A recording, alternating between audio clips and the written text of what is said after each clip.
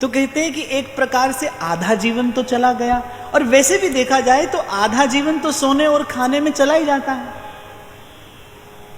खाना पीना सोवना और न कोई चीत, सदगुरु सबद विसारया आदि अंत कामी। मुझे बड़ी अच्छी लगती हैं कबीर साहब की ये दो पंक्तियां। राम भजो तो अब भजो, फिर भजोगे कब, हरे हरे सब रूखड़े ईंधन हो गए सब। कहते देख चारों ओर देख, दृष्टि डाल, हरा भरा वृक्ष सूख जाता है ना, ठूठ हो जाता है, गिर जाता है, समाप्त हो जाता है, अंत में क्या है, चूल्हे में जल के राख हो जाता है, स्वा हो जाता है। ऐसे ही जीवन रूपी वृक्ष भी है भाई, सूख जाएगा एक दिन। आज यौवन है, तन धन सशक्त है, स्वस्थ है, इस समय का लाभ लीजिए। हाँ, पर एक बात मैं अवश्य यहां पर कहना चाहूंगा, पूर्व भी मैंने आपको कहा था, वृद्धावस्था में कौन भजन करता है, कर सकता है, जिसने अपनी युवावस्था को साधा होगा। युवावस्था में कौन साधेगा स्वयं को, जिसे अपनी बाल्यावस्था में भजन का संस्कार मिला होगा। और बाल्यावस्था में भजन का संस्कार किसे मिलेगा, जिसकी माता में भजन का संस्कार होगा। हाँ, मैंने कहा था अकारण कृपा से कुछ भी हो सकता है। संत की कृपा कभी भी किसी भी काल में किसी भी समय में जीव को भजन परायण कर सकती है, पर साधारणतया ऐसा ही होता है। व्यक्ति को कभी भी इस भूल और भ्रम में तो पड़े ही नहीं रहना चाहिए कि कभी भजन का समय आएगा और भजन होगा। नहीं होगा भाई, तन मन के रोगी हो जाने पर भजन नहीं होता। इसलिए बार बार संत कहते हैं जो जीवन का सबसे सुंदर काल है वो भजन के लिए चुनिए। और वैसे भी देखो, मनुष्य का आधा जीवन तो खाने पीने सोने में चला जाता है। तो ध्रुवदास जी कह रहे हैं, द्योस ना कछुए कर सक्यो। अरे दिन तो तूने गवा दिया, अब रात तेरे पास बची। ये रात क्या है, जीवन की संध्या है। कहने वाला कहता है शाम भई पर शाम ना आए। कबीर कहते हैं मास गया पिंजर रहा, ताकन लागे काग, साहेब अजहु ना आया, सखी मंद हमारे भाग, मंद हमारे भाग। और इस फेर में तो कभी भी मत रहना कि मरने के बाद भगवान मिलेंगे। मरने के बाद भगवान नहीं मिलते। कबीरा जीते भेटिए, मुए मिले न राम। मरने के बाद भगवान नहीं मिलते भाई, जीवन ही भगवान से मिलने के लिए मिला है। इस जीवन को गंवाकर जीवन धन किससे मिले और क्यों मिले और कैसे मिले। आपके घर किसी अतिथि ने आना हो, आपने भोजन पर निमंत्रण दिया हो, तो अतिथि के आने के बाद थोड़ी भोजन बनाया जाता है। भोजन की तैयारी, घर की साज सज्जा, स्वयं को अतिथि के अनुरूप अनुकूल बनाने की जो भी प्रक्रिया होती है, वो तो आप अतिथि के आने से पहले कर लेते हैं ना। अतिथि के आने का जब समय होता है ना, तब तो आप तैयार होकर द्वार पर उपस्थित हो जाते हैं अतिथि का स्वागत करने के लिए। वो जो अंतिम काल है, वो तो प्रियतम के आने का समय है। उस समय तो आप सब करके निश्चिंत, निर्द्वंद, निष्कलुष जीवन लेकर जीवन धन के स्वागत की तैयारी में हो। उस समय तो आप द्वार पर खड़े हो कि कब प्रियतम का आना हो जाए। जब भी आए, एक समय ऐसा आए आपके जीवन में कि जो आपने करना था कर लिया, अब कभी भी प्रभु आ जाएं, कार्य हो गया, हमारा घट खाली हो गया, काम कामना वासना मन से दूर हो गई। इसलिए पूर्व में कभी आपको मैंने निवेदन किया था, भाई इच्छा हो और प्राण चले जाएं, इसी का नाम मृत्यु है। प्राणों के रहते इच्छा चली जाए, इसी का नाम मोक्ष है। और यही मुक्ति भक्ति की तैयारी है, यही मुक्ति प्रभु के स्वागत की तैयारी है। काम आपका पहले से हो जाए, जो भी आपको करना है वो सब आप पहले से करके द्वार पर तैयार तत्पर खड़े हों। अभी उस दिन मुझे महाराज श्री सुना रहे थे, बड़ी मार्मिक घटना है। श्री रविंद्रनाथ टैगोर कहते अंतिम घड़ी जब वो शैया पर थे और शरीर छूटने को था, उनके नेत्र कोरों से अश्रु बिंदु टपक रहे थे। तो किसी के मन में संशय हुआ कि क्या गुरुदेव को मृत्यु का भय है, तो उन्होंने पूछा कि पूछ लेना चाहिए, यदि ऐसे असमय में कोई अनहोनी हो गई तो ये प्रश्न सबके मन में रह जाएगा। तो निकट जाकर धीरे से पूछा कि क्या आपको मृत्यु से भय लग रहा है? तो श्री रविंद्रनाथ टैगोर उत्तर देते हैं कि मृत्यु से भय नहीं है, लेकिन आज तक जो किया, जिसके लिए किया, जो भी मैंने किया, जिस घड़ी के लिए किया, जिसकी प्रतीक्षा थी मुझे पूरा जीवन, और एक जन्म नहीं अनेक जन्म मैंने जिसके आगमन की प्रतीक्षा की, वो समय आ गया पर आने वाला नहीं आया। वो समय तो आ गया, ये जीवन की सांझ तो हो गई, ये जीवन की शाम तो आ गई, लेकिन सुंदर शाम नहीं आए। समय आ गया, लेकिन वो मैं जिसकी प्रतीक्षा करता रहा जन्म जन्म से, वो नहीं आया। और कहते हैं बस ऐसा कहा ही था उन्होंने, और कुछ क्षणों के बाद उनके चेहरे पर, उनके मुखमंडल पर एक दिव्य आभा, एक ईश्वरीय आभा, एक दैवी आभा का सबने दर्शन किया, और उनके वो प्राण पुष्प चढ़ गए उस महामहिम के चरणों में, जिसकी वस्तुतः उन्हें प्रतीक्षा थी। तो भाई ऐसा जीवन हो आपका कि जब वो अंतिम घड़ी आए तो आप तैयार हो, सुंदर सुंदर श्रृंगार करके खड़े हो आप जीवन के द्वार पर, कि अब कभी भी प्रियतम आए हम साथ जाने को तैयार हैं, हम प्रियतम के स्वागत को तैयार हैं। नहीं तो भाई एक संत हृदय कहता है, घर आए सजना फिर गए अंगना, मैं बोरी रही सोई। ऐसा ना हो कि अतिथि द्वार खटखटाकर और आपको सोता देखकर चला जाए,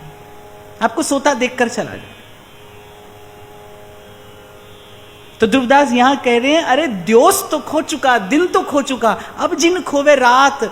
और संत तो कहते हैं प्रभु बड़े कृपालु हैं। ये जो महाराज परीक्षित के जीवन में घटना घटी, मैं समझता हूं कि महाराज परीक्षित ना तो किसी श्राप के बंधन से बंधे हैं, ना कुछ और कारण है।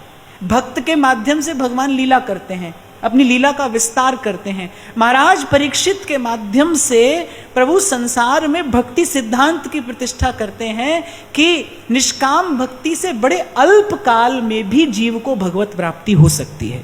वो 7 दिन में श्रीमद् भागवत का श्रवण, और उस श्रीमद् भागवत के श्रवण के प्रसाद स्वरूप श्रीमद् भागवत के परम फल श्री कृष्ण के चरणानुराग की प्राप्ति, भगवान इस भक्ति सिद्धांत की प्रतिष्ठा करना चाहते हैं कि किसी कारण से भूला भटका जीव यदि अंत समय में भी चेत जाए और तीव्र भक्ति योग के द्वारा मेरे चरण कमलों की आराधना करे, तो कोटि विप्र बधला गही जाऊ,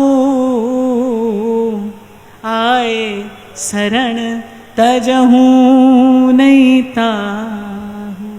इसलिए तीव्र भक्ति योग के द्वारा ये आराधना करनी है। और तीव्र भक्ति योग क्या है?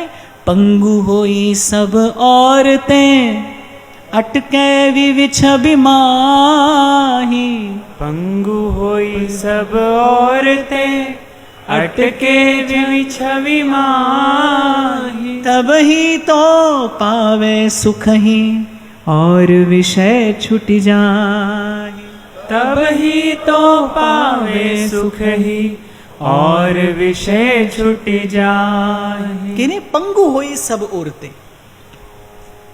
सब साधन छोड़कर गीता के अंतिम वाक्य का सदा स्मरण करते हुए, सर्वधर्मान परित्यज्य, सब साधन छोड़कर, सूरदास कहते हैं ना कि और देव सब रंग भिखारी, त्यागे बहुजु अनेरे, जो हम भले बुरे सोते। सदा स्मरण रखना, प्रीत तो नंद नंदन सो की जय, नंद नंदन सो की जय। प्रीति तो नंद नंदन सो की जय, नंद नंदन सो की जय। प्रीति तो नंद नंदन सो की जय, नंद नंदन सो की जय। संपत्ति विपत्ति परे प्रतिपाले संपत्ति विपत्ति परे प्रतिपाले संपत्ति विपत्ति परे प्रतिपाले संपत्ति विपत्ति परे प्रतिपाले कृपा करे सो जीजे कृपा करे सो जीजे प्रीति तो नंद नंदन सो कीजे प्रीति तो नंद नंदन सो कीजे प्रीत तो नंद नंदन सो कीजे प्रीत तो नंद नंदन सो कीजे संपत्ति विपत्ति परे प्रतिपाले संपत्ति विपत्ति परे प्रतिपाले कृपा करे सो जीजे कृपा करे सो जीजे प्रीत तो नंद नंदन सो कीजे प्रीति तो नंद नंदन सो कीजे ठाकुर केवल विपत्ति में नहीं संपत्ति में भी संभालता है, क्योंकि पतन का भय विपत्ति में नहीं संपत्ति में होता है। जीव का पतन विपत्ति में नहीं होता। वस्तुतः विपत्ति संपत्ति क्या है, बड़ी सुंदर बात शास्त्र निर्धारित करता है। कहता है विपद विस्मरणम विष्णोः संपन्न नारायण स्मृति। भगवान भूल गए ये विपत्ति है। कहे हनुमंत विपत्ति प्रभु सोई जब तब सुमिरन भजन न हुई। और संसार की संपत्ति विपत्ति की बात करें तो विपत्ति में भय नहीं है भाई, संसार की संपत्ति में भय है। पतन का भय संपत्ति में है। अहंकार, मोह, राग, द्वेष, ईर्ष्या, भय, ये जितने दुर्गुण आते हैं संपत्ति के साथ आते हैं। विपत्ति में तो जीव अकुलाता है, विपत्ति में तो जीव ठोकर खाता है। वैसे तो एक भक्त कवि के मुख से मैंने सुना था कि पीड़ा आत्मा का स्नान है। पीड़ा के बाद अंतःकरण शुद्ध हो जाता है। पीड़ा अंतःकरण के शोधन का उपाय है, ये अंतःकरण का स्नान है। तो विपत्ति के बाद तो जीव शुद्ध होकर निकलता है। कभी कभी विपत्ति जीव को शुद्ध बुद्ध बना देती है। संपत्ति में भय है भाई, संपत्ति में। और ये भगवान की माया है कि संपत्ति में भगवान भूल जाते हैं। सुख के माथे सिल पड़े जो नाम हृदय से जाए, संपत्ति भगवान की विस्मृति करा देती। कोई ऐसा चाहिए जो संपत्ति में भी संभाले और विपत्ति में भी। ऐसे नंद नंदन है। संपत्ति विपत्ति परे प्रतिपाले संपत्ति विपत्ति परे प्रतिपाले कृपा करे सो जीजे कृपा करे सो जीजे प्रीति तो नंद नंदन सो कीजे प्रीति तो नंद नंदन सो कीजे प्रीति तो